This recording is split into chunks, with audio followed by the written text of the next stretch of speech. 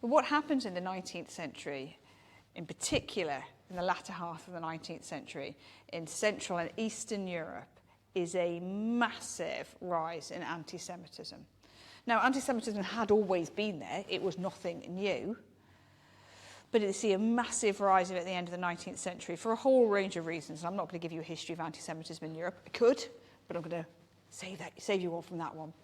But there is a massive explosion in anti-Semitism, particularly in certain areas of Eastern and Central Europe. And it is almost entirely politically driven. But what that results in is many Jews from the communities that they then live in who are being persecuted decide it's time to get out. And we see Jewish migration going in certain directions, and in particular, it's going out west. Now, some of that heads towards the New World, and it's not just the Jewish communities who are going. I mean, if you look at the very history of the modern United States, what you see is mass migration from parts of Germany, from the Netherlands, from the Scandinavian countries, and so the Jewish migration journey is not dissimilar to that, but it has the extra push, which is pogroms and being burnt out of your houses tends to make that decision a little bit quicker. And so we see a migration happening across Europe. And what a lot of these people do is they pay for their passage on what little money they have, and they get on a boat and they say, I want to go to the New World. The New World was very popular because it can't be as bad as the Old World.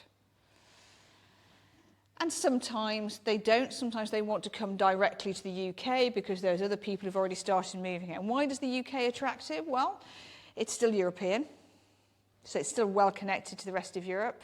It's still got anti-Semitism, but by the nature of British society at that period, and certainly in the previous 200 years, the British had sort of concentrated their efforts on religious discrimination by trying to kill Catholics.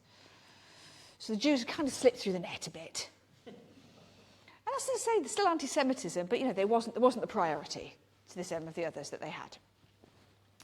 And so there was a belief that actually Britain, as Europeans went, didn't seem as bad. There was a tolerance, if not an acceptance, very different type of way of looking at it. But many also wanted to get to the New World. But essentially what happens is the only way you can get to either Britain or the New World is you have to get on a boat to do it. So one of the things we see happening at the end of the 19th century is that the Jewish settlements in the UK, which had been happening steadily and slowly from Europe over the previous couple of hundred years, starts going up. And the places it goes up most distinctly are in the port towns, because that's where they arrive. You can't get here any other way. So places where the ships come in tend to have the larger of the communities.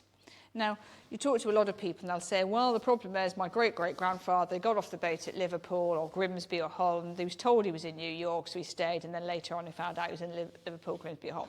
That is slightly apocryphal, not entirely made up. We do have good case evidence of that occurring.